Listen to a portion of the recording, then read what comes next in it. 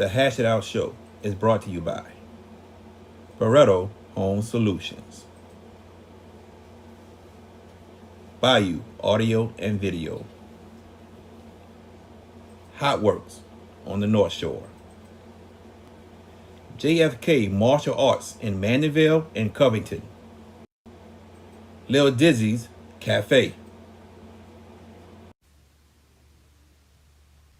The Green Law Firm, personal injury attorney, Kaylin Parker of Magnolia Wealth Strategies, Moe's Pizza, Lance's AC and Heating, CC's Children Blocks, The Pierre Family in Lafayette, Louisiana, Drums Earwear.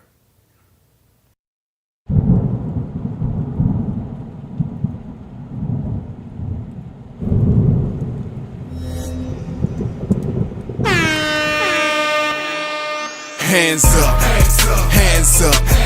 If you winning and you don't give a fuck about a hater, tell them move, move, move, move. Cause I'm winning, I'm winning, I'm winning. I'm winning, I'm winning, I'm winning. I'm winning, I'm winning, I'm winning. I'm winning, I'm winning, I'm winning.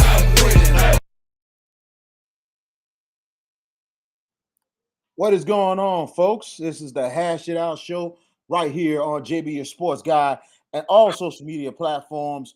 We are on every Tuesday and Wednesday nights right here on all social media platforms, including JB Your Sports Guy on your YouTube.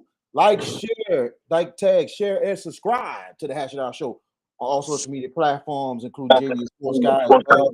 We got a lot of things coming up real soon and stuff like that. We got a big night tonight as we're closing out Legends Month tonight and tomorrow. Tonight is a huge night tonight for Legends Night. Our guest coming up at 7:30. We are going to honor and talk about the 1995 St. Augustine National Championship basketball team. We will have members, key members of their basketball team coming on at 7:30 tonight. One of them is the current head coach of the St. Augustine Purple Knights, Wade Mason. So we will have at least, I think, 3 to 4 members that will join us tonight that will talk about that season and talk about the stories and everything. And we will have them on to give a big time tribute to that 1995 national championship team. But I can't do this alone. We got my co-host in the house. We have George Peppers. What's going on, man? How you doing? What's up, VK? I'm doing all right. Getting ready to do our last show of Legends Month. That means one thing, dude. Football season right around the corner. Next week, stay tuned. Hatch It Out Show is going to be at practices at a site near you. John Ehret, Shaw, and there's another one next week. I don't remember who, but we will be out there next week filming, getting practice footage, and you guys get to see a little bit of an early bird preview. And maybe VK, you could take notes, dude, because you being the third place member of this group in the picks, maybe you could take some notes, my dog, for next week. But no, I'm kidding when I say that. But it's the end of July. Football season's right around the corner. College football, pro football, but for us, it's prep football, and we are going to unload this coming season. We've got a schedule ready to disperse very, very, very soon. So stay tuned for that. Absolutely. We'll have more announcements coming up near the end of the show, talking about next week. And also, we got a special show tomorrow afternoon, 4:30. It's a VK Jones exclusive on the Hash It Out Show. We'll tell you about that later on, and that will really close out Legends Month, and we'll tell you why it's definitely a part of it, especially historical wise, what the guests we're going to have tomorrow. But right now, let's talk a little bit before we get into the St. Aug National Championship story. Let's talk a little bit about the Colorado Buffaloes and head coach Deion Sanders. There was a lot of things going out before that press conference talking that he could resign, he could take time off or something like that, because there was a lot going on with him because he was not seen at all in Colorado during the offseason.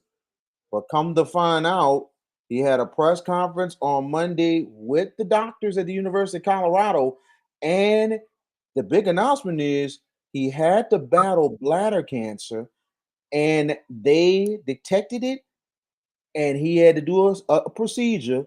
And then right after that, he is actually cured of that cancer. He beat it, and he's going to be able to coach this season for the University of Colorado Buffaloes.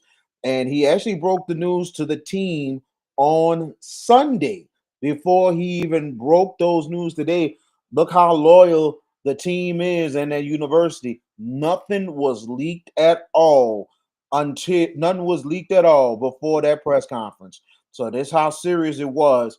But huge news there that Deion Sanders beating cancer and he's okay and he's gonna be ready to coach the season. And that is really huge news, don't you think, George? How about well, obviously? I mean, that goes without saying. The fact that he beat a dreaded disease that goes without saying. I mean, there's nothing I can say that to negate that. But how about we do one thing for Dion this year? Let him coach. Get this. I mean, look, I know he's a spotlight. He's a hunger. He hungers the spotlight. But let the man coach media. Let him coach. This team is going to be projected to be mid pack this year because of the turnover. You know, you lose to Dura Sanders and Travis Hunter. That's not easily replaceable. So, and they did get Julian Lewis. So, number one quarterback in the college commits. But the fact that Dion beat cancer, look, great, outstanding, awesome. I wish this disease had a cure, because there are forms of it that have no cure.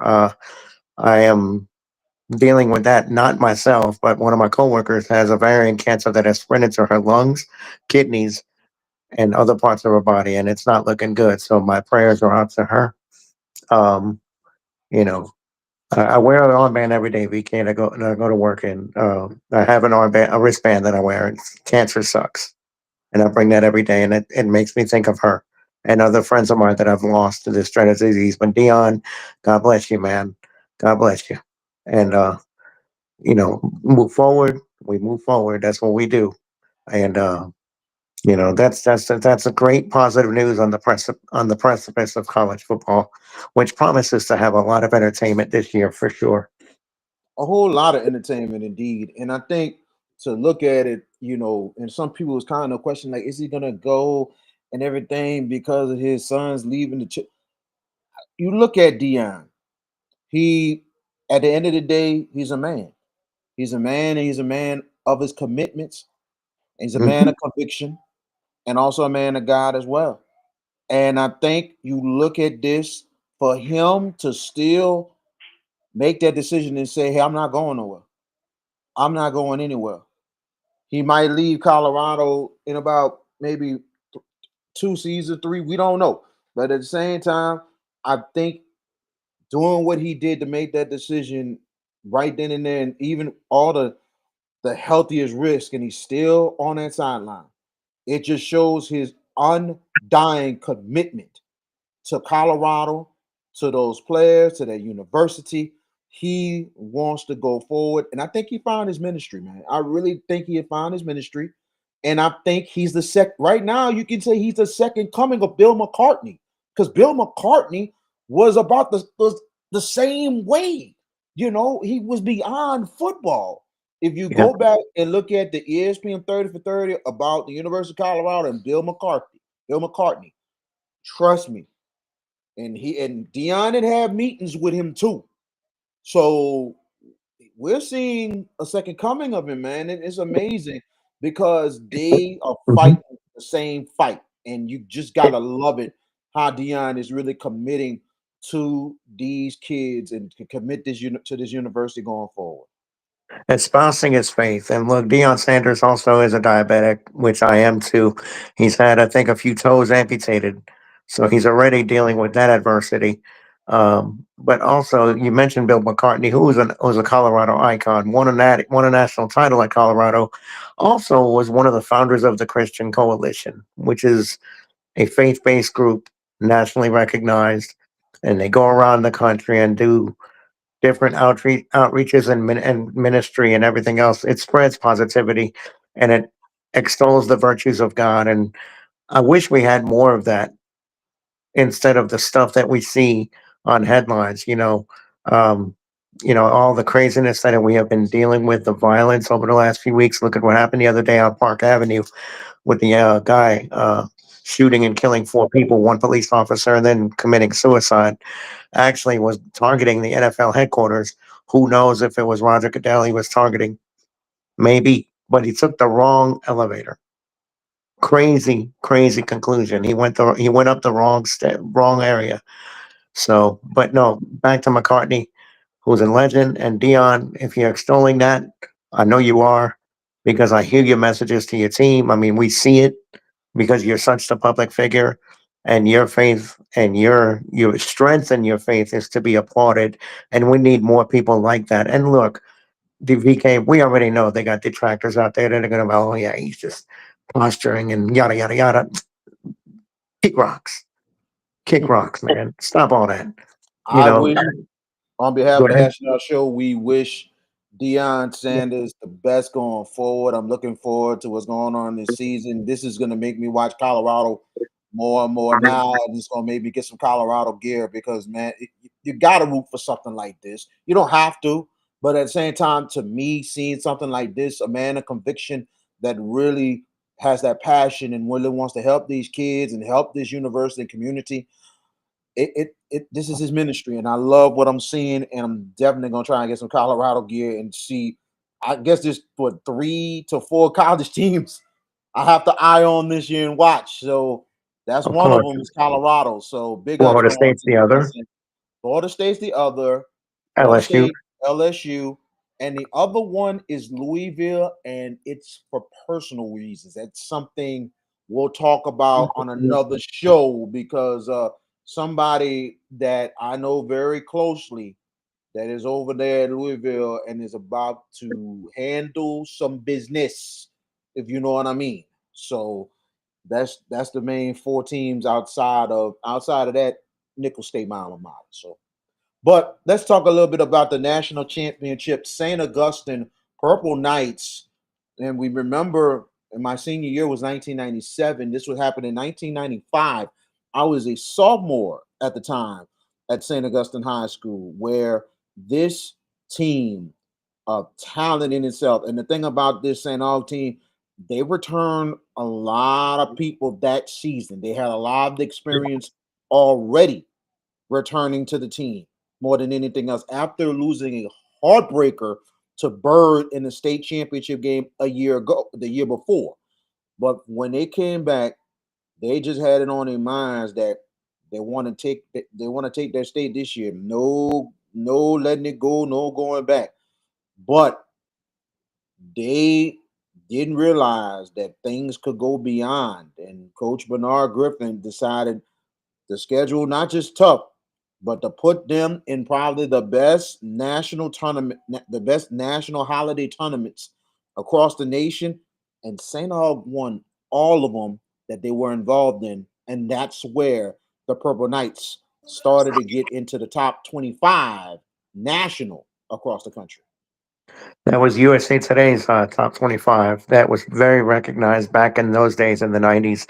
Not saying it's not as prevalent now, but um, you don't hear a lot of it in the prep basketball world now. I mean, there's other outlets and everything else that want to do recognition of stuff. But back in 95, St. Augustine was special. And Bernard Griffith, their leader, made sure that they toughened up early and often. And you mentioned they won a couple of those tournaments that they won, and it just basically was a springboard for what was to happen coming back in state and coming into district and handling business and then getting to the state playoffs. This was a team that had vengeance on their mind from, as you mentioned, losing to CE Bird the year before in the fashion that they did. It was on their mind to go get it done. And teams with conviction, we talk about conviction and dedication and effort.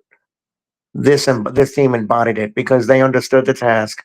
They knew that anything less than a ring was a failure, and the national championship was just whipped cream on top of the on top of the cake, because they don't have a national high school basketball tournament postseason, so you go by polls, and Og was that team. And for those of you that are new to the party, there are archive tapes you need to go find and watch this basketball team and just marvel at the top end talent that they had, but mostly the cohesiveness they showed, the Yeah, togetherness, and that's something that absolutely. has to be embodied. Absolutely. And go You go know, go back on go ahead. YouTube and find some of those footages, including the ESPN Scholastic Sports America story about that St. Aug Yep. team. It is up there on YouTube. Mhm. So let's go ahead and take a time out. We will talk more about this national championship run with our special guests, key members of the 1995 St. Augustine National Championship team coming up after this commercial break. This is the Hash It Out Show. Are you in need of a new windshield? Leo Autoglass can help. For 20 years, Leo Autoglass have been servicing the New Orleans area with windshield replacement and auto glass repair. Give them a call today, 504-301-8353. Did you experience storm damage from Hurricane Francine? Barretto Home Solutions can help. You can give them a call at 504-940-7552. Green Law Firm is a full-service law firm specializing in personal injury, criminal law, successions, and family law. With over 25 years of experience, the Green Law Firm continues to provide efficient, competitive, and effective representation to clients throughout the state of Louisiana and all across the nation. Consultations are free. If you're looking for results, call the Green Law Firm at 504-328-3990. That's 504-328-3990, located at 931 Westwood Drive, Suite B in Marrero, Louisiana. The Green Law Firm. What's going on, man? We are back here on the Hash It Out Show. Also on social media platforms, and we definitely appreciate you joining us tonight. Our special guest right now that is joining us, and like we said before, we had to give our flowers to what it is due. 30 years ago, these young men accounted one of the best seasons in the history of the state of Louisiana, and that is the St. Augustine basketball team, 1995 national champions. And we have the key members that are joining us on right now. We have, first of all, we got one of the guys that definitely was a key member, the starting point guard for the St. Augustine Purple Knights, Charles Fine. How you doing, Charles? I'm doing great, man. Great to be here and with my teammates. Man. Absolutely. Another person that was key on the team, his backcourt mate, a dude that was very quick on the ball and also had a lot of knowledge on and off the court, and he goes beyond that himself. Name Mitchell Johnson joining us right now. What's going on, Coach? What up, baby? Good, what up, Trent? What up, Mo? Our next member, he is actually 2-time, 3-time All Metro. He has been playing for the Purple Knights since he was a freshman, and also of that national championship, a two-time state champion at that, and he had a nice also career as well, playing for the University of Tennessee and also for Georgia State University. Maurice Robertson, what's going on, man? Thanks for joining us. What's up, my brother? How y'all doing? Oh, we good, man. We good. Thank you so much for taking the time out. My fellas. Yes, sir. Yes, sir. And last but not least, and we have another player that was very key, another starter for the Purple Knights, and he started multiple years for the Purple Knights basketball team, and he has had a very good career in college, and also he went beyond that in the coaching ranks, coaching in all levels, including the college level, and also coming back to the high school level. and leading the St. Augustine Purple Knights this season, 30 years later, to a state championship. We have Wade Mason. How you doing, Coach? Good, man. What up, fellas? What up? Well, man, I appreciate you guys joining us, man. And, we're going to talk a little bit, say your stories, all that good stuff. Now, I'm going to start off let's start off with you, Maurice. And for a minute, looking at the time and everything. Start with the state championship. You want me to start with the state champion? Okay, all right. Yeah. I don't know if I can cuss on your podcast, but I'm about to say Delegate, I'm Big Mo. I'm like this. man. You can slip a word a little bit. Oh, don't tell him that. Don't tell him that. Let's try to keep it clear as possible we can. But, but if it slips, it slips. It is what it is. But I'm gonna start with the state. I'm gonna go with more on this one. I'm gonna go with the state champion. Wade, man. First of all, tell us a little bit about the journey going into the 95 season, especially we talked about it before about the loss to Bird. What was on your minds going into 95, going into that season from the beginning? Man, when we lost our junior year, man, everybody was disappointed. And people ask me that all the time, like what drove us. I know I can speak for me personally. I couldn't look at none of them dudes if I didn't do my job. And that's the one thing we did every day, man. From when we walked up them steps and ran our laps around the gym, like dudes did their job every day, every play. And I mean, nobody wasn't beating us, man. We wasn't beating ourselves. First and foremost, but nobody was beating that team. It was you talking about dudes on the mission. Wow, yeah, absolutely, man. Charles, I'm Charles Pine. I'm gonna ask you this as well. You a veteran on the team. What was on your mind more than anything else? I know you wanted to up your game more than anything else, and you've had a lot of experience starting and playing. But what was going on your mind going into your senior year? Like the piggyback old Wade, it was on all of our mind, man. After that lost to Bird, that was probably the second or third loss in my career at St. Augustine High School. So I just didn't understand losing. So once we went back, I was on them, we was on each other, and I didn't even realize that we had a chance, an opportunity to become national champions. They were telling me we're 14th in the country. I'm like, I don't know nothing about that, man. I just know how to win. We started out at like 20 that year, didn't we? I think it was either 14th or 17th, something like that. I don't remember. But I had no clue that we were even nationally ranked when we started the year off.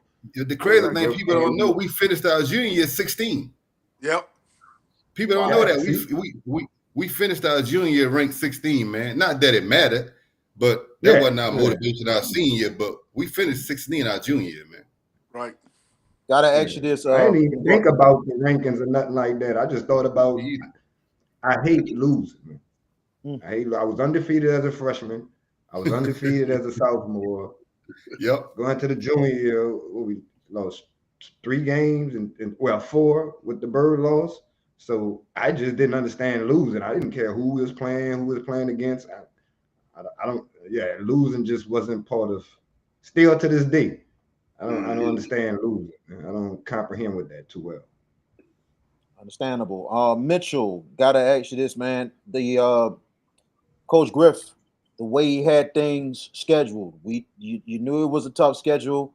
Did you think the scheduling those national tournaments really kind of catapulted y'all more than anything else to like really turn y'all, make y'all game turn up, but at the same time, y'all felt in your hearts that hey, if we gonna have our proving mark, we can prove it in these tournaments.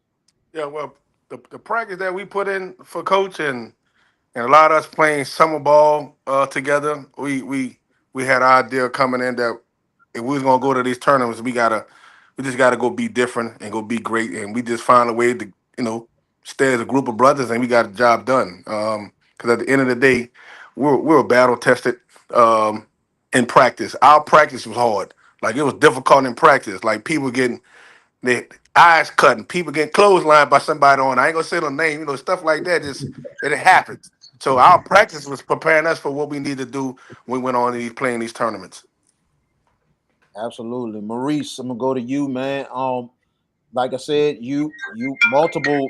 You've been at St. Aug multiple years and everything. You was out varsity freshman year to this time. So when that senior year came up, and your game was really coming together, what was on your mind more than anything else? You knowing that, hey, I just won one as a freshman.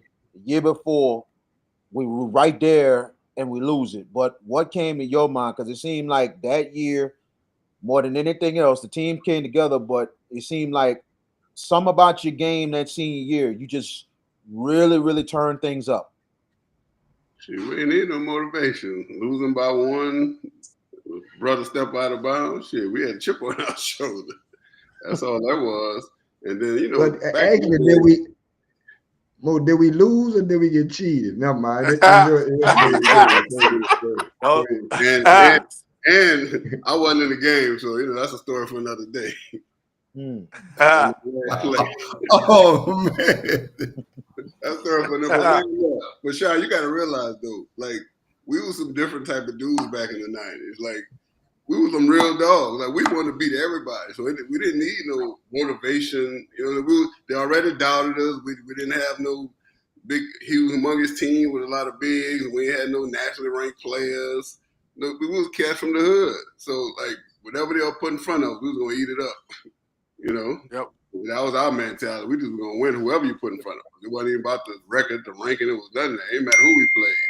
We wanted to beat them. I liked what I seen with because y'all talking real right here. It's a difference between looking at y'all right now and looking at y'all on Scholastic Sports America with that package, and it was like the most amazing thing I've seen. I'm like, we're on ESPN. Oh my god, man! I'm like, I'm getting my tape recorder to record this, record all kind of stuff, man. I'm like, mixed with that flat top. Oh yeah. Oh yeah. Man. Well, it look like you don't got no more hair up there, so it's all good. I'm good. Me and Chuck, we're the same thing. Yeah, it's over. It's over, bro. Hey, what you laughing Sean, what you laughing for, bro? Man, look, our whole podcast, we have a cast full of ball people, man. So I've been let mine go 2014, bro. It's good. I'm good with that. But when I seen that package, this was the most calmest I ever seen Derek Lewis. Knowing how intense that fool is.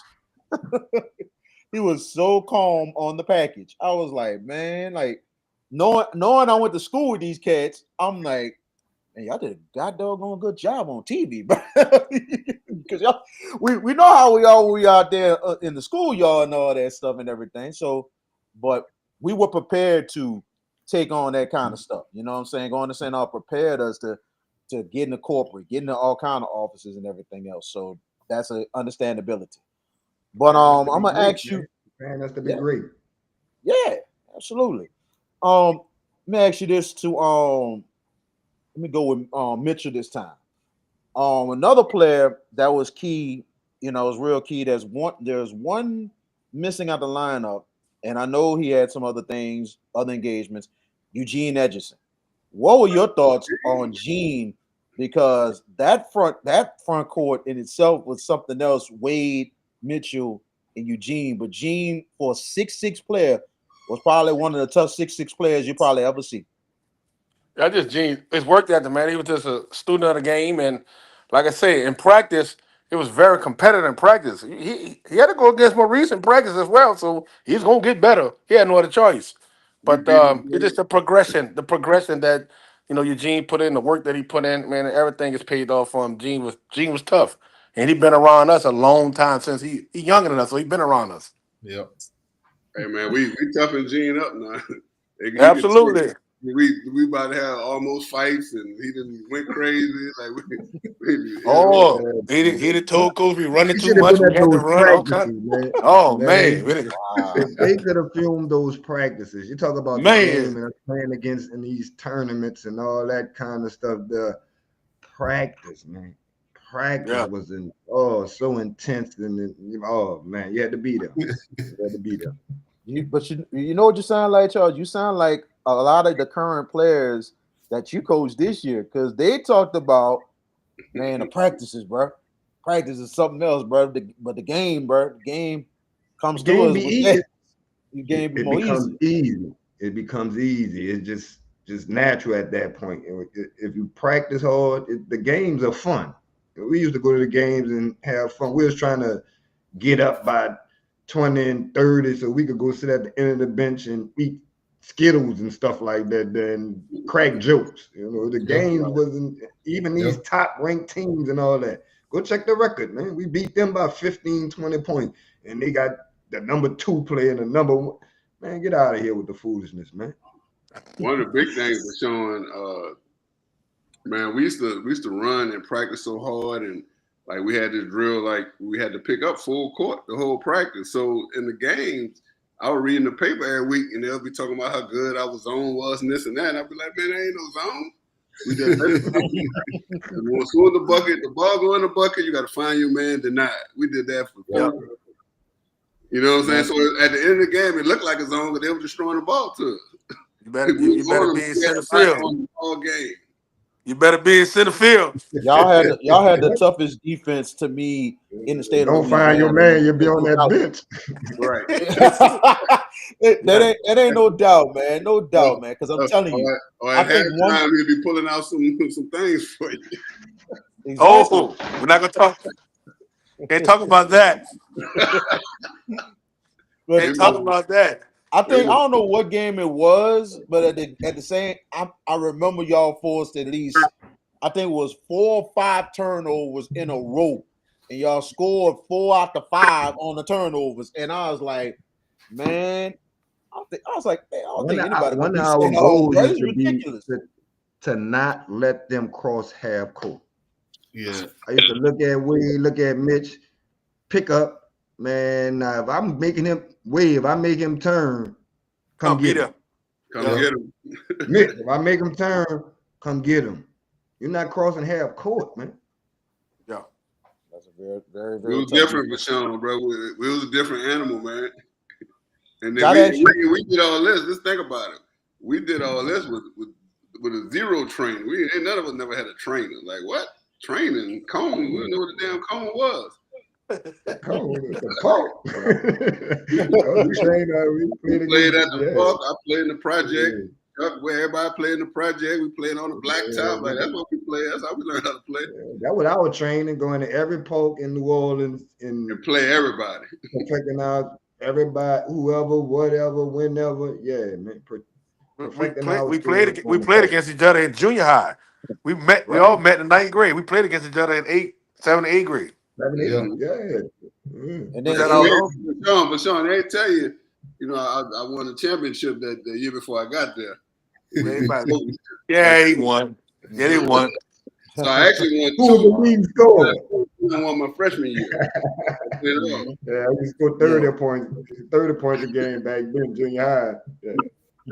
Wow, man. What junior highs y'all came from? I want to know that, because all I heard when I got there, and I'm from the West Bank, I didn't know too much about junior high until I got to St. Aug, and all they keep talking about Bell, Phillips, Carlton. What junior highs y'all came from? You said the best one first, Bell. The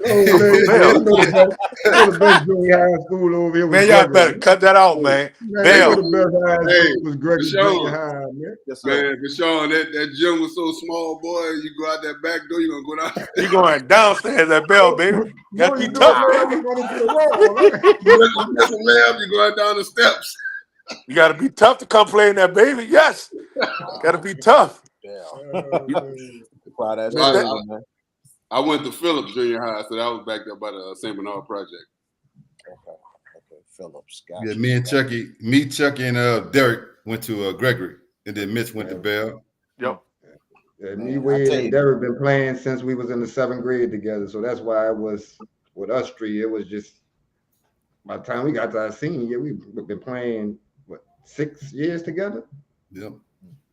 Man, I gotta ask you this, Maurice. Talking about that season and everything. We know a lot of the games was lopsided, but things got a little tight in the Caddy League. You know, had some interesting games, but y'all pulled away in the fourth quarter and got it done. You know, what I seen was the fact that it's not how you start, it's how you finish, right? Oh yeah. But man, once we got the Catholic League, man, them coaches was coming up with all type of schemes and crazy Holding the ball. defenses, holding the ball. Man, hold the ball for the whole quarter. We literally won a game. What was it, like 23-17? Yeah. Because they literally held the ball the whole game. And we played zone. It's like, man, come on now. But they tried everything. But it was funny to us. And most of the time, you know, by the fourth quarter, you know, the second crew, the Jerry's kids coming in there. So shit, you know, we was good. Now the Jesuit game was something else, man. I still ain't never forget that one at Jesuit, and Michael White was really something else, and y'all guys got it done. That charge on him. Yeah, I remember taking a charge on Mike toward the end of the game. Yeah, and you know you got to understand, man. We got everybody the best shot. We was gonna get everybody the best shot anyway. We was regardless. Right. We saying no. Get everybody the best shot, man. So now you got the number 1 ranking. You really go get that's them dudes championship. Even Absolutely. if they lose, like people wasn't even after a while. People just start submitting, man. It wasn't about beating us. It was about how bad they was gonna lose. Like that was people's standard, man. We would have lost by 10. They beat them by 30. Like people just submitted, man. They, you know, they'll come out there and you know, after jump ball and they get punched in the mouth. Dude was trying to tap out, man. Nobody really wanted to be on the floor with us. Warren Easton, I think we beat Warren Easton by 40. I remember that. That was the game, and that was actually the game that go to state. Yep. And I still didn't forget that one. I could not be in that gym because the fact of the matter is even if you got there early, they had lines all the way around the corner. So it was so hard to get in that gymnasium that night. It's almost like I'm at home waiting for the highlights to come on and be like, okay, did we beat these people down? Because somebody, and I'm gonna tell you this, I could have bet somebody that dang on day because that person was talking about, oh, you're gonna lose the Eastern. Now, we know Eastern was good, but I'm like, I don't think they're better than us. They won their district. They Right. was good. Yeah, they were good. District. They was real good. They was in a hell of a district. Kennedy, they was in a good district, talented, but it was a difference, man, when you got on the floor with us, man. You was talking about a well-oiled machine. It was no weak links. Like it was not one weak link. Yeah. Everybody did their job. Nobody was going to let nobody else down. I couldn't let my man score without Chuck, Mitch, Mo telling me something. And then we had dudes was mentally strong. Dudes had a certain level of maturity. Nobody got in their feelings. Them dudes cursed me out. It is what it is. I cursed one of them out. We all knew we had one common goal, man, to win. Yep. And you don't see that on no levels. You know, even the elite NBA teams, them dudes, they have it. Oklahoma City Thunder had it. You know, but the teams that's elite, they have that, man. That's special, man. To be able to tell your teammates something and it don't get personal, man. That don't happen. That don't happen at all. Yeah, that was one of the best things about it. Each bench players, everyone held each other accountable. Yep. Everyone can speak and say what they feel, and nobody got any feelings. Like, man, what you mean? Why you telling me that? No, if you're not doing what we've been practicing or what we're doing, I'm gonna tell you something. Yeah, Coach Goodman, man, I was put him on the bench. Listen, man. And Coach ain't got to stop you. We would stop you. Gotta tell him now. Shout out to Rashard Alexander. He's on there watching right now. He's on there, and also talk a little bit about the bench. You mentioned it. Some key players. Rashard was one of them. You got Derek Lewis, a tough two-sport dude coming off the bench getting rebounds. You had Travis Andrews, the brother of a St. Aug legend, who comes in and handles business. Lee Love, who had a nice career as well.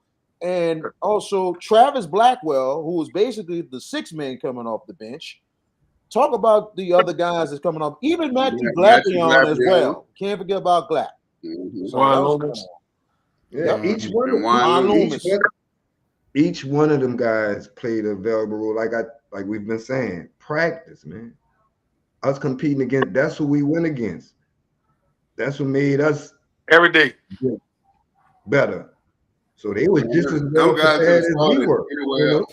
they could have went out there, and there's a few times that they did. you They know, did. yeah, They did. expand It was one game, man. Coach Griff benched the starting five.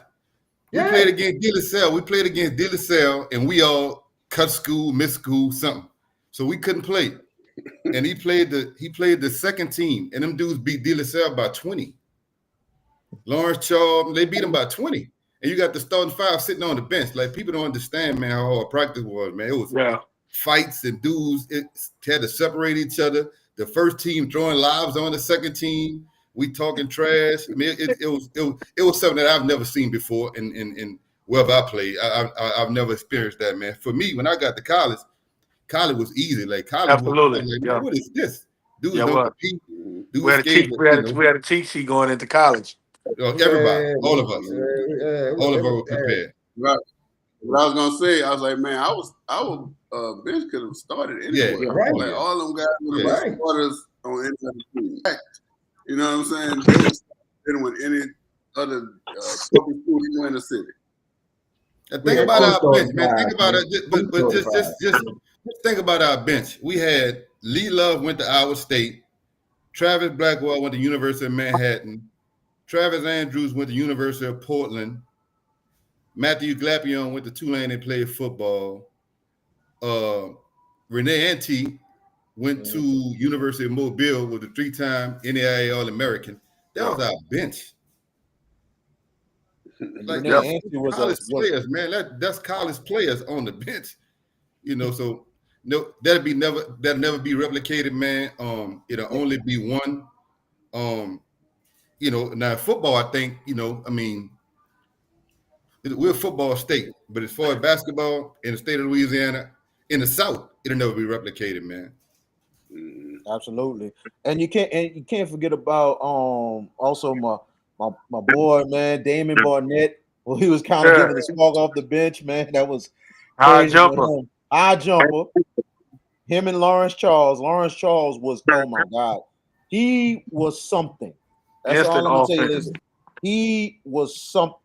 These four can tell you, Lawrence Charles could have Problem. been really, really something in the future, but he was a problem. Not was a a sport. huge problem. Not That dude cold.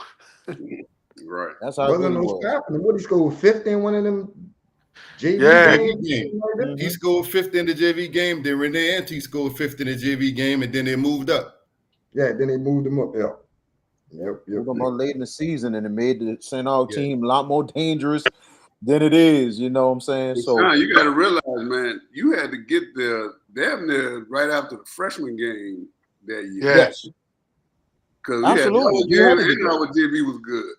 They ain't lose a game, I don't think. So I think JV went undefeated too. Yeah, JV was Always. Dude, it's almost like you had to get there. Coach Charles was early. a genius, man. Coach Charles is a genius. Yes. Yes. Oh my I'm gonna goodness. tell you, man, the crazy thing about that year, man, was the fans. Man, we had more fans that didn't go to St. Aug. It was crazy. Like, the whole city would come out. And after a while, it was like everybody was pulling for us. It wasn't nobody hating. It became like we were representing the whole state. Oh, yeah. It was definitely the state. It was definitely representing the state. For sure. Yeah, I had to get there early enough for the JV games because of the fact I wanted to catch y'all. But then on top of that, besides Renee and also Lawrence, Kenneth Jackson was playing JV ball that year. I He think. was. So I had to get there too because I got Damon, one of my classmates, Barnett is there, and then Kenny playing JV. So I'm like, I gotta get there early for both of them, man. So it was nobody really cool. missing that, man. Oh no, absolutely. You have to get there before JV just to catch all. Because if you don't, it's gonna get packed by the time the game, even when they get a warm up. Right. You're not getting in. You're not getting. If you don't get there before the JV game start, 9 times out of 10, you're not catching the varsity game. Yeah, it's over for you. George That's Peppers, man, take over and go ahead and ask questions. What's up, fellas? First off, thank y'all for taking the time for joining us. And I gotta say before we start, your team in '95, arguably one of the greatest teams I think I've ever seen. And I've covered high school sports a long time. That basketball team y'all put the fear of God in a lot of teams that year and dominated a lot. But first question, I want to go to you, Charles, and I want everybody else to piggyback. How were you guys able to maintain that level of intensity throughout the year? You know, y'all were dominating teams. Was there ever a team that came up on your schedule that you thought maybe this is the one that's going to push us? And y'all said, we're not letting it happen. How were y'all able to maintain that level of dominance? That going against a team and thinking that we're gonna lose or that they're better than us. What tournament that was when we was in No, the not stand? lose. No. You talking about we saw Shaheem Holloway? No, man. Remember they was calling out the teams and we were in the stand somewhere or whatever. It had to be in Florida. Maybe the Mather. Had to be in Florida, huh? You remember, they was calling out the teams, all teams, and we was still in the locker room or something like that. And Was it Miami Northwestern? Was it Miami Northwestern? I remember that. It was a With tournament. when it was big, it was a big team, right? I remember They that. called out our name, but we wasn't even on the floor. All the rest of the teams was out there. And I just remember all of us looking at each other like, they gonna disrespect us like this? Like, yeah. You talking about for the ceremony? I remember that. Yeah, the ceremony. Yeah, it was a ceremony. All the rest of the teams, Yeah. and just things like that. Just like, That just we look at turned each us other on. like, yeah, see, this is what I'm talking about. This is what I'm talking about. They don't respect us. They don't know who we are. They don't respect us. So we went out there every day like nobody respect us. Nobody know who we are, regardless of the rankings and this, that, and the other. And yeah, it just was.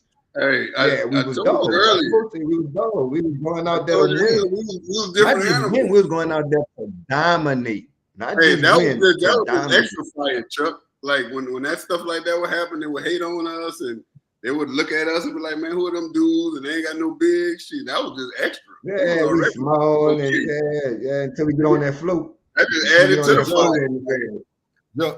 George, I never thought we was gonna lose, but it was something that I highlighted. The Mather game, because you got to think about it, man. That was Morgan Wooten, the greatest high school coach in history. Like, I remember being on the floor looking at him like, man, that's Morgan Wooten over there. So that game, Morgan Wooten, then when we played Baltimore Dunbar, you heard about them dudes. So I had certain dudes, like highlighted, and the night before I would call home and talk to my family about it. But it wasn't none of us scared. Like, it wasn't no, it wasn't tonight.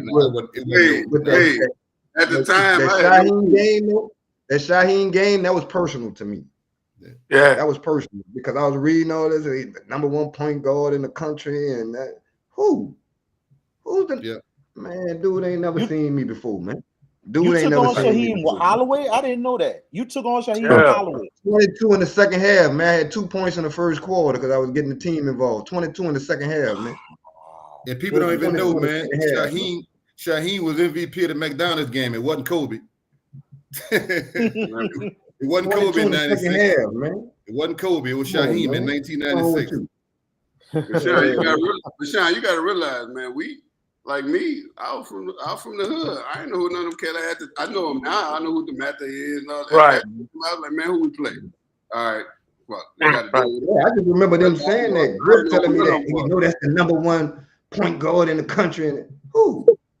Who's the number one point guard in the country, man?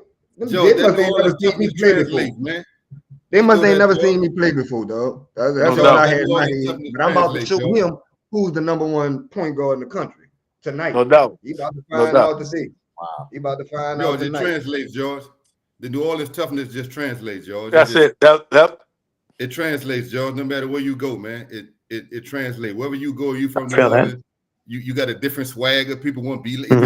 That's just who we are as people. And, toughness. When it came down to a basketball game, nobody was, that wasn't happening. And we was always prepared. You can't take them away from our coach. And like I told you, man, to start this whole segment, man, our synergy was different, man. Our synergy was different. Like, we could look at each other without saying anything, and we knew what to do. You don't find it everywhere. You just don't. It was like where you say well-armed machine, man. We didn't have to talk to communicate. Right. I could look at Mo and backdoor. You already know when I'm looking at him. Wade, just stand over there in the corner. I'm gonna hit you. Mitch was mad one game because we kept giving him the ball because he couldn't I got mad at them. I got Against mad. couldn't miss. Against told Rumble. Man, no, y'all shoot. No, man, you I can't told him, miss. stop throwing me the ball. I'm tired. At Rumble. Yeah, At like, Rumble, stop he had throwing like me the 6 ball. threes. Come back Yeah, down. stop I throwing call me the his ball. I'm number, I'll get tired. it right back to him again. Here you Yep. At Stop Rumble, throwing man, me the he had ball. I'm like tired. 6 threes, man. He had 6 threes at Rumble. Never That forget. was the most Mitch ever shot. I don't even shoot the ball like that. No, I kept giving it to him. No, you're gonna Yep. shoot. You're gonna shoot it again. You're gonna I shoot told till him you don't throw miss. me the ball. I was tired. You're gonna shoot But till you Sean miss. also like piggyback on Wade, like man, we just knew how to play basketball. Like we came up Preparation. in a time where we studied basketball, we watched basketball, we played it. Then we had a coach that was tough nosed. He was on us hard and knew the smart. So I always had to keep my head open dealing with Mitch. I'm looking at him, man. Even if you think I ain't looking, I'm looking at him. But the ball can come at any time. But that's how you have to know how to play. That ball coming. When you get to guys like that, you can get the ball at any time. But you got to Hey, have George, let me smart. tell you this, George. George, You let had me to tell you understand this. the game. You had to understand the game to play with us. Okay. You know, George, I played, and we all didn't play levels of basketball. But I'm gonna be honest with you, man. Everywhere I've coached and everywhere I've played, besides that team, is always a little luck involved in winning and losing. You know, I just call a spade a spade. You got to be lucky to win. That 95 team, it was no luck. Now, I've never been on a team like that in my life. Tulane, no matter where I've been. Even our state championship team this year. But that 95 team, it was no luck, man. No, zero. It wasn't a game we was lucky. Not one. You gotta play. You know, and arguably it's the greatest team in high school basketball, high school sports history. I'll go that far. I What think about this John this Curtis ain't about football? tonight. Yeah, they won it. What about them? Look, y'all swagger was there. Yeah, Curtis was Curtis, and they won a lot. But the competition level y'all faced in '95, I make the argument that y'all played some elite basketball teams. You mentioned Dunbar, you mentioned a team coached by Morgan Wooten, and you mentioned the Catholic League and other big time teams that you guys played. I agree with I that. make the assertion that your challenges, well, at least on paper they were challenges, but it turned out to be not so much because y'all just pistol whipped everybody on those teams and beat the brakes off of those teams, dominated every time. I'll make the argument that this St. Aug basketball team is the greatest athletic team ever in the state of Louisiana, and that says a lot because you mentioned Curtis, and God Lord, I mean those guys have won a ton of state championships. Yeah. Baseball, I mean you talk about Jesuit and teams like that, but y'all just had a different level of just greatness. You know, y'all were just that doggone good. You know, but Coach Mason, now we come to you. Bernard Griffith was a great coach in his day, but I want you to answer how much of his coaching style have you patterned to have the success that you've had? What did you take from him coaching to on your journey as head coach? And then a two-part question, capping it off, winning, and let me also give you a belated congratulations on winning the state championship this past season. How much of his coaching style do you employ with your group now? I mean, not much from a coaching standpoint because the game has changed. But from a discipline standpoint, two things, man, you got to have the win. Two things you got to have to win in life is discipline and consistency. So that was the biggest thing for me, man. We go be disciplined and we go be consistent in doing what we do. But when it comes to St. Aug, man, like I stood on the shoulder of a lot of people, man. Like you talk about, I had Mitch and Chuck sitting next to me, but then you had dudes like Mo who was in Atlanta. I ain't want no phone call from him. Avery Johnson called me 2 days ago. I ain't want no phone call from him. Kerry Kittles text me after the game. I ain't want no text from him. So people got to understand, man, like it wasn't about me coaching. It wasn't about Mitch coaching. It wasn't about Chuck coaching. It was everybody that had put on the jersey and that had went through Bernard Griffin practice, man. And I ain't want to look none of them dudes in the face and we lose.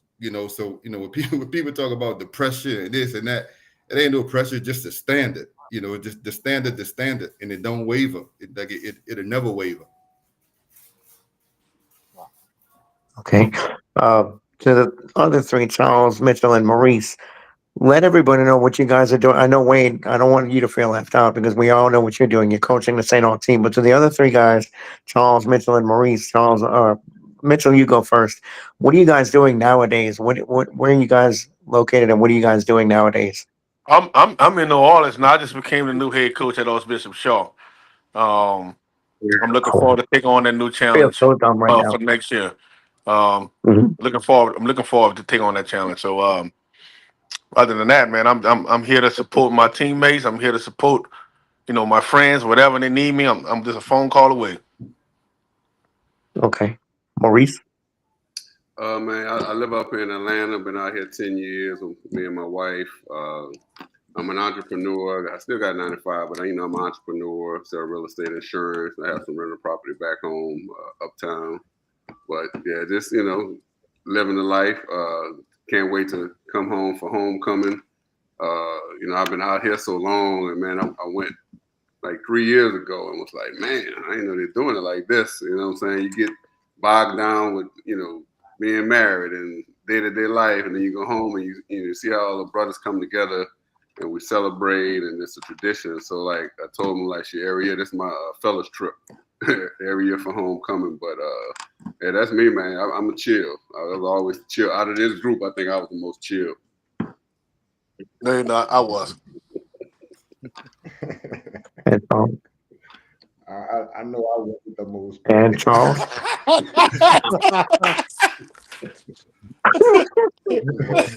Yeah. Nah,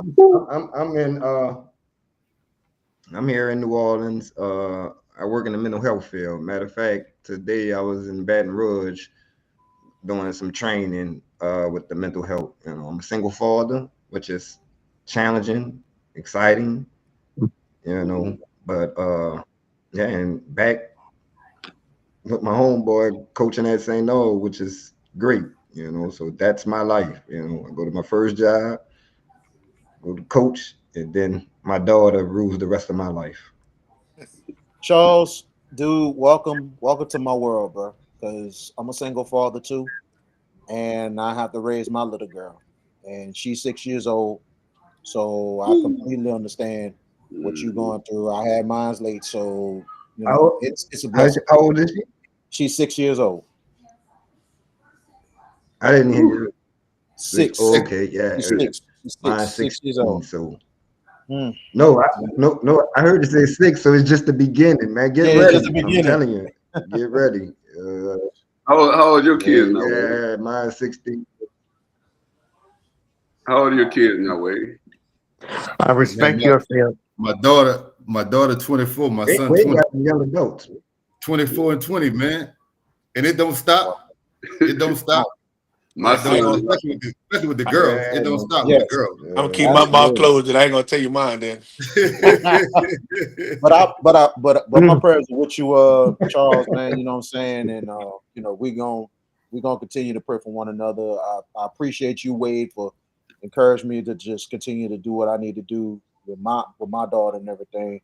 But I know you've been through a lot with your child and everything. It's been a blessing with what's been going on with your kids and everything, man. So, George, Maurice, where you at, man? Huh? George, where you located? Morero. I work in corrections. I'm a law enforcement officer. I work in inmate security at the Jefferson Parish Sheriff's Office. Oh, So that's where I am at. Yeah, and I'll do this on the side, media and everything else. We, us at the Hash It Out Show, we broadcast games. We'll be doing football and basketball forthcoming this year. But Charles, I got to throw a shout out to you, man, because the field you're in, it's a real thing, mental health, and people want to poo-poo on it and crap on it. It's a real thing, man, and I respect you. I respect that you're in that field. And I didn't realize it oh, until no, let me tell you, I've seen it. Oh man. Mm-hmm. Brother, I promise you, I've seen it myself on my side because we have nurses. we have nurses at the jail I'm working at, and they deal with the mental health and mental illness and everything. And for those of you out there that are ignorant to the fact, learn it. Learn. It's a real I thing. was. And I Charles, was. I got I mad was. respect for you on that, man. And Charles had to overcome a lot Yeah, of you things have in to his be life, A, and he's really doing some things, and he's winning yep. in life. So I gotta really commend you, bro. I gotta really commend you, and I'm Absolutely. very, very proud of you. Absolutely. All Well, these all four dudes, of them man. are winning at life. All four of you guys are winning at life. All of them, man. Yes, all of them. And for me, man, that's one thing I'm proud of. No matter where I go, no matter what I do, I know everybody doing good. You know, everybody's healthy. Everybody winning in life, man. That's the most important thing. That's the biggest basket we go score, man. The win you get is when you wake up in the morning and you thank God for the day. That's what Absolutely. the victory it is, because you know what, it could end tomorrow. And then you And got at that lifelong point, friends. You know, then you got lifelong Exactly. friends like these dudes you can call. exactly. All right. Exactly. You know, Yeah, but and we have Mitchell, I want to Pepper's ask crutch, you. Mitch. right? Yes. I got a question for Coach Johnson. What you You got? got the job at Shaw. Are you guys gonna play St. Aug this year? And if so, is there anything extra special planned between you and Coach Mason? Y'all gotta buy a ticket to come see that. Oh, that we will. You gotta That buy we a ticket. will. You gotta Oh, buy a trust. ticket to come see Trust that. that. Gotta buy a ticket. Okay. Gotta buy a ticket to see We that. good? Man, even the March 100 buying tickets for that one. Mhm. Yep. You gotta buy a ticket to come see that, baby. Oh wow. I Hey, feel man, that. look. But Hey, it's look, crazy, next, bro. The whole state want to see that, man. You know, Yeah. and you know, I understand absolutely. the people want to see good basketball, so I get it. You know, people want to see. You know, they know Mitchell Legend here. You know, I had recent success, so dudes Absolutely. really and truly want to see good basketball. A lot of people being out there, notepads, scouting and watching and learning. So it's all good, man. man, look, we're gonna get State Chuck. champion versus state finalist. That would be a first ticket matchup. You know, But a my state thing is, finalist I versus want, state champ. I wanted to win one, man. Like I need him. You know, he should have two for sure, It's all, maybe three. it's all good. It's all But you know, he good. went. You know, out. And I was looking at a stat yesterday. In the last 10 years, Scotlandville won 6 state championships, and St. Aug won 2. In Mhm. the last 10 years, man. You know, and throughout that tenure, Mitch should have had 2 of them Boy. 6. You know, but he played against real NBA players. Yes, indeed. You know, so you know, I'm rooting for him this year, man. You know, of course, I'm gonna be locked into what we doing. Vice But versa. Yep. I'm gonna definitely know all short scores. Believe that. Yes. Yes. Definitely. Same here. That's a good I'm thing. supporting them from a distance always. Always. So You know, I already know I'm gonna be calling I you. told you, pick up the chiming phone, in. call Hey, me. bro, you know you should have ran such and such instead of such and such. I now got enough plays after working for Coach Mason last year. I got enough. I'm good. I got there you enough. go. Chuck, Now Chuck, Know what I'm Chuck, saying? Know what I'm you saying? next, baby. this Go get this, some ne- this next question. I'm sorry, guys. This next question is for all of you. You guys feel like you were 30 years too early with the advent of NIL? I mean, considering how good you guys were, can you imagine if you were in the NIL era? It's too early to even know all the rules This they is know for all now. of you. Oh, Man. I'm salty. I ain't gonna lie. Yeah, I'm yeah. salty. One thing about it, man, coming from He was a little coming sweet, from all got our a little better backgrounds, with them. coming from all our backgrounds, we definitely could have used it. That's for sure. Yeah. What? Oh, yeah, it'd have Oh, been no doubt. things would have been. I don't like to look at hindsight, but just thinking of my own history and things, things would have been totally different with any idea. Oh yeah. Totally Like, different. For me, You I get admit. money The that sec- you can literally take care of your family while you're in college. Like that don't even make sense. You can take care of your family with money that The you can second part of that question. The second part of that question is, how do you think it's changed the perception of sports, high school sports? You know, where kids are getting millions of dollars. You know, look at the kid that just transferred from Tennessee to UCLA. There was rumors that he was holding out for $4 million. Imaleva, the quarterback. You know, so how do you guys feel about kids? You know, holding out, basically holding colleges hostage in a sense. Look, every collegiate Hey, athlete deserves a stipend, deserves something. They do. It's tiresome to see athletic directors pocketing everything and the kids getting nothing. I think every collegiate athlete deserves something. But how do you think the perception of high school kids is now? And mostly I'm pointing at you, Coach Mason and Coach Johnson, because now you guys are going to have to deal with it on that basis with your kids. And how you're able to keep those kids and keep them locked in and say, don't worry, but the NIL money's coming. But you got to lock in the basket of your business. Well. See, for me, man, I've been on Whoever both wants sides it of it, first. especially being in college. With me being in college, man, I got a different perspective on it, and this is my thing. You got to earn that. Like, I mean, I think we got a lot of people out there who delusional and Yep. thinking that everybody get paid. No, everybody don't get paid. Gotta be honest. I think we got a lot of delusion with people think, when it comes to that, everybody think they're gonna get paid, everybody putting the cart before the horse, people forgetting about the work and only concerning themselves with the money. So, I'm cool with them getting the money, but with the money comes some responsibility, man. And right now, I don't think they have any responsibility. You getting paid to do a job, and you need to get treated like that. We need to put some there need to be some parameters put in place, man, to where those guys are held to a professional standard now, because they're getting paid like professionals. So that's just me. That's my college mindset. You got dudes in college, man, getting paid more than the coaches. I got a major problem with that. I have a major problem with that, because now winning is not at the forefront. Now it's about how much I can get. And I'm cool with it. Get your money, just like professional athletes get their money. But there's a responsibility to perform, when you get paid. Well, for Coach me, Johnson. I just try my best to be honest with the student athlete, and I don't want to mislead them or lie to them. Yep. Because if you're teaching them to go out there and try to go be this chasing NIL, man, you're losing. For me, I just try to make sure they get an opportunity to go to college and further their education or further their basketball career. I ain't even want to talk about NIL. I ain't gonna even lie to you. Nope. I just talking about getting the opportunity to further your basketball career and your education career on whatever level that is. Because right now it's you got to deal with the NIL and you got to deal with this portal now. So it's hard. It's hard for student high school kids to make that jump to Division One. So for me, I'm just trying to teach them, man. Whoever give you the opportunity to go to the university for free and want to pay for it, please look into that seriously. That's my take on it. Maurice. Man, I'm kind of like, I agree with both of those guys. I mean, playing in a money conference like the SEC, like I saw the money.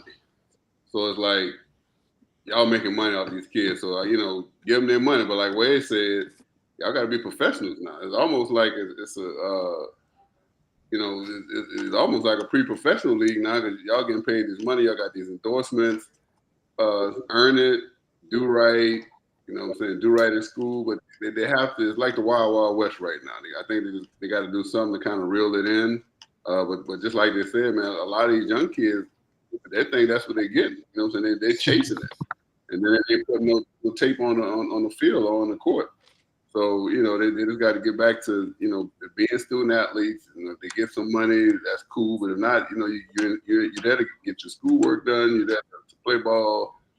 That's second. And then I think the schools, which some of the bigger schools are doing it, you got to have departments that help these kids.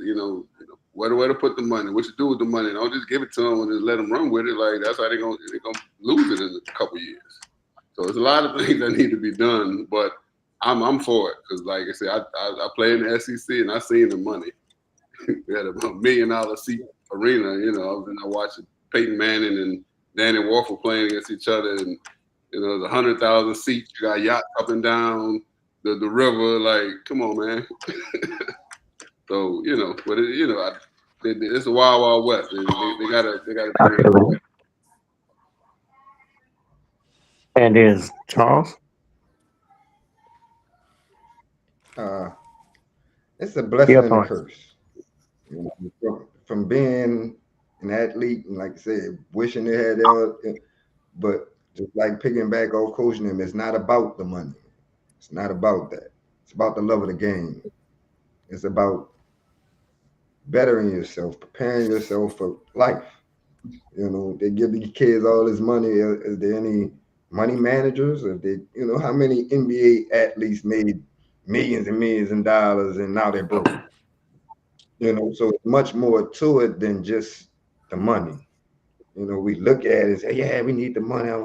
You know, you earn it, you want it's going to change your family's life, your life.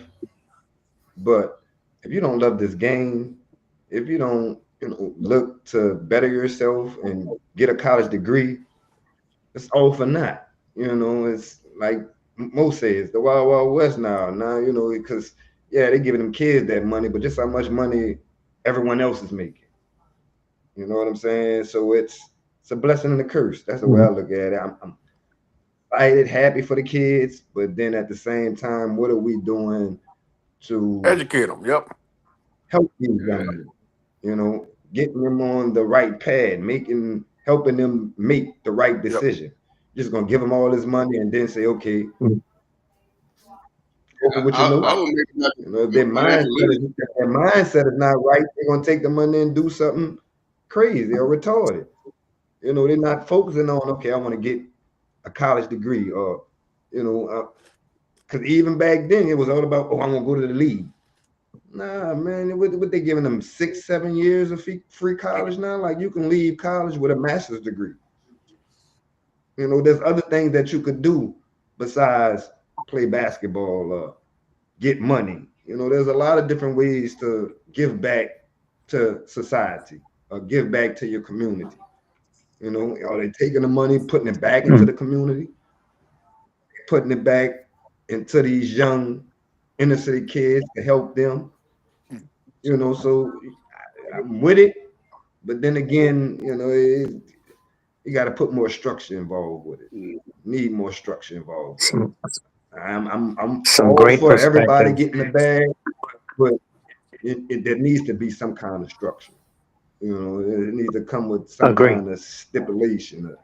I don't know exactly Mhm. how to, but yeah, it's much more to it than the bag. I be trying to, when we go to practice every day, you gotta love this, man. You gotta love this game. And that's what, speaking of us, all of us love the game. The guys on the bench, we went there because we loved it. We wasn't, you know, we had aspirations of moving. We loved the game. We loved to play this. I don't care if I was in the pole, in the gym. It don't matter. I just love the game of basketball. So I just wanted to play. If you was gonna pay me a lot of money to do it, great. But if I could have just played it without all the, especially once you got to college, all the foolishness that goes along with that, it don't be basketball. It turns into business. It turns into a business. I recognize Be a that when lot I of got to side college. It's distractions not and stuff. about, Yep. man, so much. And then just imagine Before I throwing turn it millions over of to dollars V, involved in it. before I turn it back over to you, VK, I just got to make mention of this. Two things. One, first of all, thank you for joining us tonight. It was a great pleasure. But to say how the landscape of high school sports has changed, I don't know if y'all saw this, but Buford, Georgia's football high school, Buford, Georgia. I don't know how far you are from there, Maurice, but they've got a football stadium that cost $62 million to build. Where are they getting that money? 62 million for a high school football stadium. We don't have that in Louisiana. We got some nice stadiums, but 62 mil.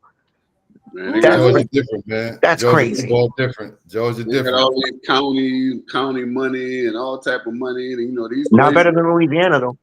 yeah, but these places are not They heavy do. populated, so them Yeah, y'all stadiums. got classes over there. Yeah, that's a lot of 62 But million. VK, take us home. Woo, man, that's a VK, lot. back to you. Appreciate it, man. Well, I got a couple more questions. We're gonna close it out. Gonna read some of these comments right quick. Brian Turner, he says the 1995 national champions, the greatest team in state history, top 10 in American history. And Brian Turner also said, I believe they could have beaten Ben Simmons in Malvern. Rashad Alexander gives a shout out. Wade Mason, Ulysses Fronta says, "What's up, man?" He gives you a big shout out, and he said St. Aug was the truth. And also a comment from David Subley Sr., if I got his last name right, Subley. He said 1995 at Aug was crazy for fans.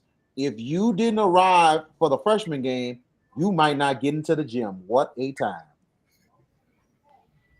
And also Hillary Mitchell. Yeah, Hillary Mitchell says, "What's up?" He says, "Whoa" on there. So shout out to Hillary Mitchell getting on here and checking out the show. But got and see the comment right there from David Subley. Yeah, it was a time in '95, man. It was a St. Aug was a tough ticket anywhere. That was half the show. They ain't see the halftime shows we used to do in the parking lot, so they don't know nothing about that, huh? They have no idea, Mitch. They don't know nothing about that. They just They talk have about the no idea, basketball man. game, huh? Boy, we had a camera following that team. It'd be Boy, man. they don't know all about the field shows, huh? But we had a real reality show and then it had cameras. Wow. Yes, Like boy, Yeah. boy, Opelousas, boy. I don't know if they know about your remix, Oh, Mitch. the Mr. Drum Major, remix. they don't know nothing about none of that, man. No, walking around. Oh, in they don't the know, city. They know about that remix. They don't know about that remix. They don't know about none of that, man. We needed that camera bad. Yes, indeed. Ain't that right, roommate up there? Ain't that right, roommate? Huh? Highway Mason, roommate? Yes, sir. Yeah. I'm gonna ask you a couple of questions. We'll go wrap it up. Maurice, gotta ask you this. How did you felt seeing these three teammates coming together on the St. Aug staff this year and accomplish something that y'all accomplished 30 years ago, winning a state championship, but doing it, coming back to the alma mater and doing it? What were your thoughts that you seen these three guys come back to your alma mater and take home a state championship? Well, man, I love these guys, but I just look at like all the knowledge they have. See, these were the brains of our team. You know what I'm saying? He got, Mitch had the biggest head, but he had the biggest brain. I take all that. But now, man, these guys, you can tell. Like I said, we've been around each other. They know each other. You know what I'm saying? They probably had arguments, fusses, and went off on each other. But, all it was going to do is make the kids better because now the coaching staff is in tune. They got somebody like Randino, who we kind of looked up to, you know what I'm saying, before we was getting to St. Aug. He was on the staff, you know what I'm saying? So you just got a lot of people from our era, you know what I'm saying, that really poured into them kids, gave them a little toughness, you know what I'm saying? They look like some suburb kids, I ain't gonna lie. But you know what I'm saying? That them guys gave them that knowledge and gave them that toughness. And, Wade came with that structure. And, like, man, I was so blown away at the first practice because I'm like, shit, man, I don't know. We could have practiced this hard because half the time I'd be coming from going out the night before. So, Wow. I said, man, these cats, they're rolling. But, man, the way it had them boys going, but I think it's just all that knowledge. Mitch, he got state championships. Now Wade got state championships. Chuck is just getting in the coaching on this level, but I mean, shit, he's a great mind. Absolutely. You know what I'm saying? We just have knowledge. We just have knowledge, man. So I knew they was gonna work together because they were great teammates, we friends. So I know it was gonna float. You know what I'm saying? Once they got the coaching together. To Wade, Mitch, Charles, I was there. I was a privilege to not just being there for that championship game, but to cover it, to write the story on it. Second time ever writing a story on the state championship game for St. Aug with St. Aug in it. The picture I seen on social media with the three of y'all together. What was on your mind? It seemed like it was like a relief, or it seemed like it was a big celebration that my brothers are there with me. Or we did this 30 years ago, now we done it together as brothers again. What was your thoughts, especially after that championship win? For me, I'm just saying it got chills. You know, I didn't even realize that it was I 30 know years until later. Wade said Until it. once they mention it and say, man, I'm like, oh, I didn't realize, it was 30 years later. But just, these guys are my friends, man. I love these guys. So doing that with them, it was euphoria for me, and just this was my first year coaching. So I gained so much knowledge from both of these guys, just understanding and knowing what it takes to to to win, to play, to get these young men mind right to accomplish their goals. It was a surreal experience for me, and to do it with childhood friends. And like I said, man, we've been friends. I don't know what we was 10, 11, I don't know, but it was surreal for Yeah, me. and for Wade answer for me, it was the same. It was a great experience, great opportunity, and I was so humble and glad for him to bring me back because once I talked to him about coming back, he's like, man, you got to make it happen, and I appreciate him for the fact that he brought me back, allowed me to work, and he listened to your ideas. He not a coach that just think he's gonna do it one way. He listened to your ideas, and he hold you accountable, and that's what I respect about it, and I appreciate him for that. Um, but that moment and that picture was special for me because, like I say, I know that I can look to my right, I can look to my left. I see them too. I know I'm good. I can go to war with them any day, anytime. Yeah, for me, man, it's it was special because though you talk about not only the '95 team, but and Maurice too. No more. He was a distant coach, but as far as me sitting next to Chuck and Mitch, like they family, man. It's like I don't have to be around, and if I have a family function, them two welcome. It's the same with me. All of our parents knew it just was a family moment for me, and like I really and truly, man, I wasn't. My mind was more concerned with everybody else because me, Mitch, and Chuck, like we had experienced it before, we had done it before. For me, my whole thing was like everybody understanding that it's possible and it was supposed to be done. Like it was supposed to be done. I remember when I came back, probably it was my second day at St. Aug, and I'm in the media center talking with the AD and the assistant AD, and they telling me about this school and that school, this school winning, that school winning, and I was like, hold on, man, we still St. Aug. So that's where the we still shirts came from. Like no disrespect to nobody else, but we still the standard, man. When you talk about the black community, like we still the standard. The Marching 100, integrated Mardi Gras. I'm not sure how many people seen the movie Passing Glory when St. Aug played Jesuit in the secret game. I'm not sure how many people know that the first football game in the Superdome was St. Aug versus Jesuit. So St. Aug been the flag bearers for for our culture, for African Americans, man. So for me, my mind was more about that. It was way, way bigger than basketball for me, because I know I expected it. Chuck and Mitch, I know they expected it. For me, man, it was just about the community, man. Like we supposed to do this, man. It's not about arrogance, but we have a certain standard. We have a certain discipline. We had to have our haircuts cut a Wow. certain color. Like we have, it makes me feel good for people to embrace that standard again, not to be ashamed of that standard, and understand that you're gonna be held by that standard, man. Very much agree. Very much agree. Michael Jenkins gets on and say, "What's up, man?" Went to St. Aug Gator, so shout out to you. We got a viewer question, and it's just gonna be right quick for each of y'all. Who is the best coach in St. Aug history? Otis Washington or Bernard Griffin? That's not fair. That's not even fair. I'm biased. Yeah. Yeah, it's Yeah, not that's fair, not but fair. We was I'm gonna be biased. I don't know. Yeah, I don't know, coach. That's not fair. Yeah, They I'm gonna be ain't really. biased. You got nah, you And can't. I'm be, Yeah, and I I can don't answer know. that quickly. Coach Griff. I don't know, coach. Coach Washington. So, Right. Coach Griff.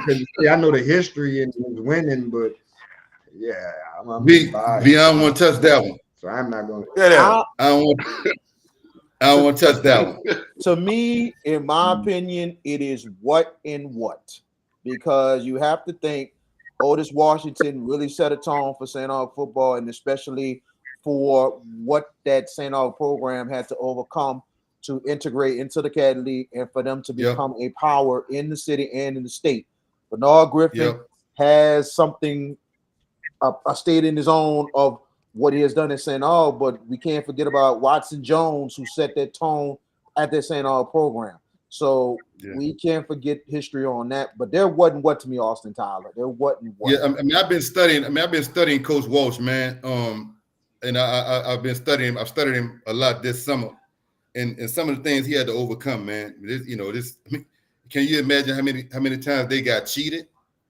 You know, are you talking about an all-black school, an all-black team integrating into the Catholic League and playing against Covington with the school board go out and, I mean, people spitting on you and talking crazy and that level of discipline and them dudes had to, I can't even imagine how much they got cheated playing against the officials.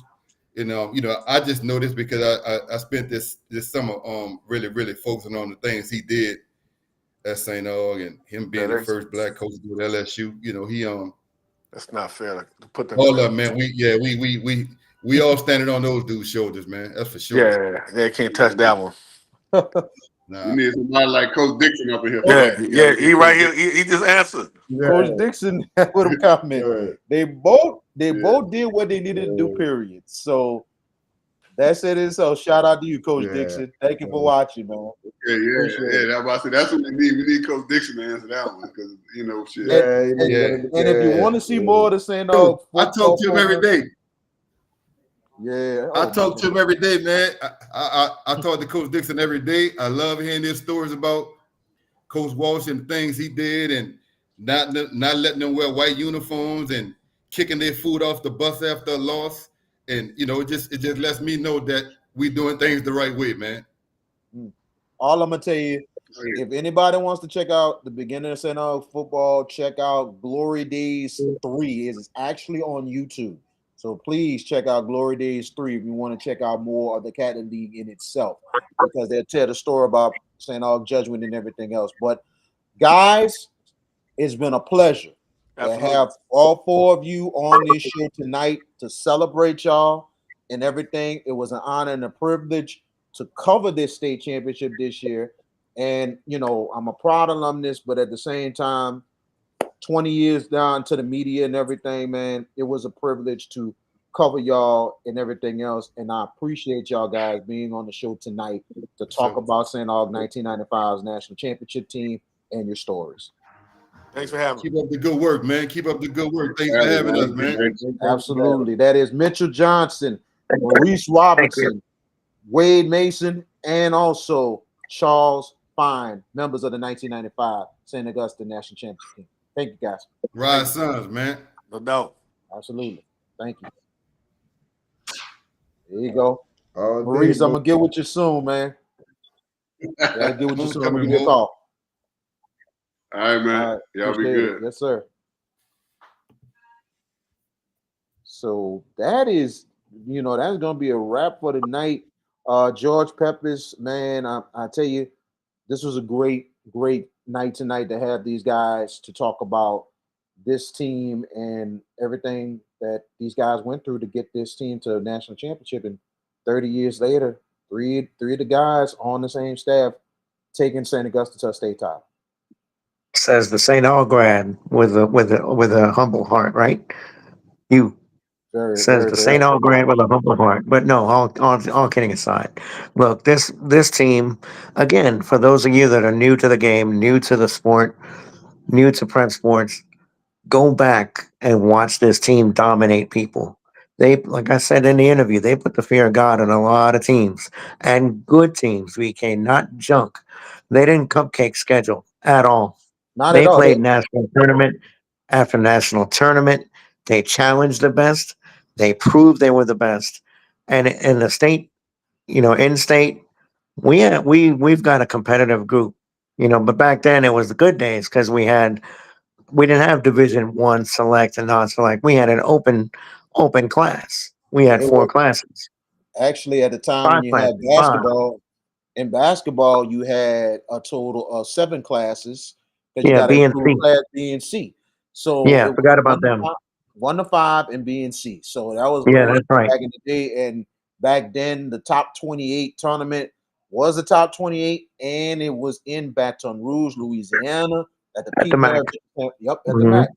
So, and you think at the time, St. Augustine only losing one game, and that was game 2 of the season to possibly one of the biggest front courts you'll ever see in the state, and that is Glen Oaks with Lester Earl, Leroy Womack, Corey Powell. There was some That dogs there. squad, oh my God! And There all was some dogs St. Aug only lost to them by 3 points. at their place. By 3 points at their place, and I think. they went on a 35 game winning streak. Right? Mhm. I think this is a good poll question because I said this, and I'm surprised nobody blew back on me in the chat. I stand on all 10 toes in saying that the St. Aug basketball team of 1995 is the best prep sports team in the history of the state of Louisiana. And that's saying a lot because of John Curtis and their dominance. But the level of competition Curtis played, VK, doesn't match up to Aug. In I any of think their titles, I don't think they match up. you look at it more than anything else, and you look at the Cat League that season. Judgment was good. Rummel was really good. That was probably Yep. one of the most talented Rummel teams I ever seen. Shaw And they was beat good. those guys. Shaw was good. So you Mhm. have to think it was a good Cat League. But I think the competition was a little tough for Curtis, but not comparing to St. Aug's. St. Aug's competition was unreal at the time. And then you think Right. about it. I would pick St. Aug over. The thing about this, they're going to talk about the John Curtis National Championship team. They're going to talk about the West Monroe National Championship team. But they got to talk about St. Aug because they were the first. They were the first team in the state of Louisiana to win a national title. Correct. There've been a lot of teams that has finished high in the nation. One of the St. Aug teams with Avery Johnson finished number 4 in the nation one year. Yep. But this St. Augustine team went to number 1 and stayed at number 1 and went on a 35 game winning streak to win the Yep. state and national championship. They set the And, tone for everybody else. So that's why Aug is definitely up there. and remember, is it a fair comparison? Because St. Aug played 40 plus games that year. Curtis played 15. And 15 to 40. right. So, And then you think St. Aug at the time too. That year, you have to think not too many teams in the nation has done this. The past national championships, very few has done what St. Aug did. St. Aug basically beat five, the 5 best teams in the country. They beat all 5 of them in the national tournaments. They yep, beat 1, 2, 3, 4, and 5 ranked teams in the country. Top 5, 1, 2, 3, 4, and 5 in one year. There's a reason why they got to number 1, and they earned that number 1 spot. The target got bigger, and then when the playoff, everybody got their best shot. But when the playoffs came, they turned they it to handle business. another level, and it was like you're not. Mhm. If you don't come there right and ready to go, you not beating this team. They had to be patient in the state championship game against Catholic, knowing the way and they were led by Derek Jones, the current coach Derek Jones at the time, a Yep, good Catholic team. But at the same time, they had to be patient because of the style of play Catholic played against, especially Catholic pulling off a stunning win in the semifinals. So for them to go against those guys, St. Aug had to be patient, and It was close a little bit earlier, but once the second half started and St. Aug settled down, that was it. That was basically it. You got to come with your best shot, or else you're gonna get run over. That's how good that team in Correct. '95 was. But Now, you did say it. You teased this at the top of the show. I'm yes, giving you the floor now. Tomorrow at 4:30, I won't be with you because I'll be on duty, so I will not be able to join you tomorrow. But what do we have tomorrow? all right. We got a lot of announcements, and we're gonna start with this right quick because I know Jared wants us to close it out. But here we go. First of all, tomorrow we will close out Legends Month with a big time VK Jones exclusive interview. We will have two ladies that have really broke the mold in broadcasting. One, we will have ESPN broadcaster Tiffany Green joining us, talking about her career and how she have made her way through, especially becoming a play-by-play broadcaster and being the lead play-by-play broadcaster for HBCU college football for ESPN. She's that main girl. She's been doing it the last 4 years. And then on top of that, she has broken through as well as one of the first African Americans calling play by play on national broadcast on ESPN outside of the HBCUs. So we will have her on and talk about her work, how she did move her way from being a student at Florida A&M to now. The other guest tomorrow, and she's a living legend right now, but also this lady is a living legend as well, and she is breaking in new ground. Her name is Ty Floyd. Ty Floyd, who has been working in the industry a long, long time. She is the first female, not African American female, but first female to call play-by-play for a university. She will be calling games this year for Alabama A&M. So she will be the first female ever to call games for a university. So we will have her on, Ty Floyd and Tiffany Green, tomorrow at 4:30 New Orleans time, and we will have that for you. It'll be an exclusive BK Jones exclusive on the Hash It Out show. Tune in. It will be live on all social media platforms. So we're looking forward to having them two on the show to talk about their story and talk about little women's sports and all that. We're almost time for college football in the season. We're looking forward to having that. Other Mhm. announcements next week. Next week, you've been seeing the flyers and everything, all that stuff. It is practice. It is field practice tour 2025. Something new we're doing this year on the Hash It Out show.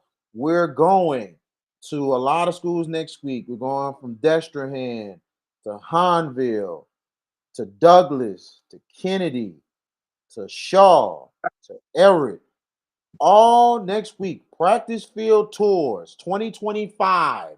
Next week, start next week, we are touring these places, and we're going to be doing that for the next 2 to 3 weeks as we're getting ready for previews, getting ready for the regular season in the Hash It Out show game of the week. So we will start that off next week with the Hash It Out show field practice tours, and we're looking forward to having that as you see my daughter on the screen.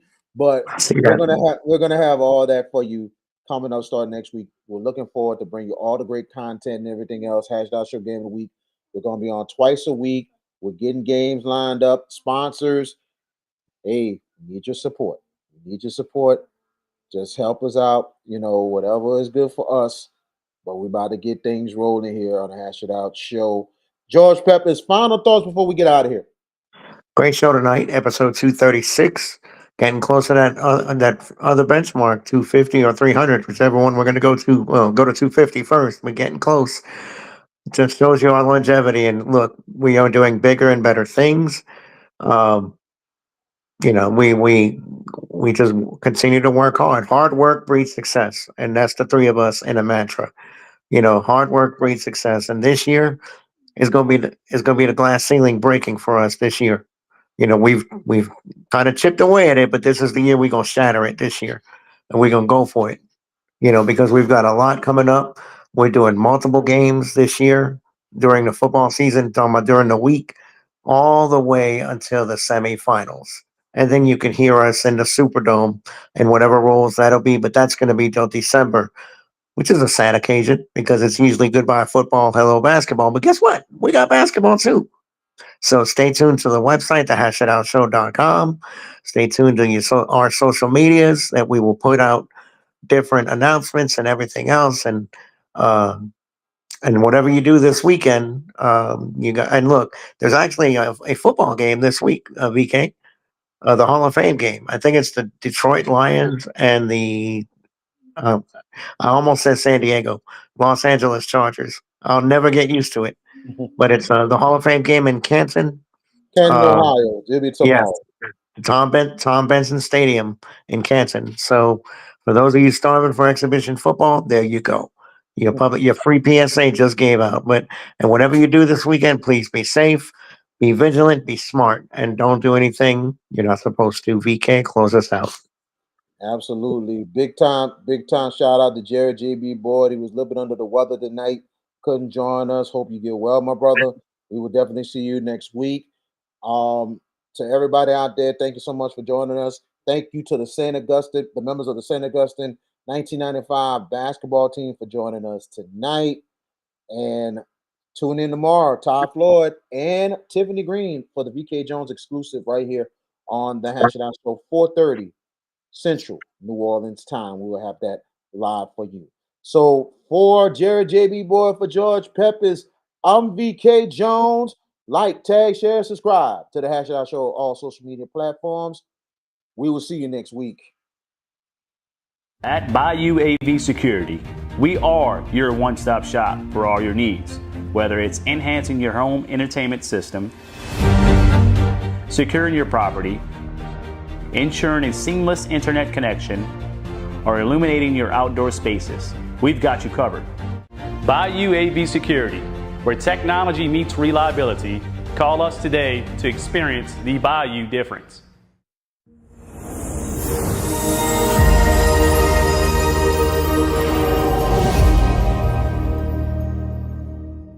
JFK Martial Arts offers a wide variety of martial arts programs for kids, teens, and adults as they empower lives through martial arts. Please give them a call at 985-266-0664 and don't forget to ask about their 1 week free special. Feeling drained from the constant noise in your daily life? Immerse yourself in pure audio bliss with drums. Experience a world of crystal clear sound, free from distractions. Discover the ultimate relaxation and escape into an oasis of serenity. Grab yours today. drumsworld.com. If you're looking for the best pizza in Metro New Orleans, then you're in the right place. Moe's Pizza has a great selection of Italian food that can satisfy your appetite, and they can also cater to your needs in any event. Give them a call at 504-341-9650 or log on to www.moespizzanola.com, located at 1112 Avenue H in West Wego, Louisiana. Moe's Pizza, Italians do it better. All right, folks, as we kick off tonight's football game, let's take a moment to talk about something just as important as a winning playbook, your financial future. Kaylin Parker, a financial advisor with Magnolia Wealth Strategies, is here to help you stay financially fit off the field. From retirement and estate planning to investment management and even insurance needs, Kaylin Parker is here to help you. Reach out to Kaylin at 504-613-2161 or at cparker@financialguide.com.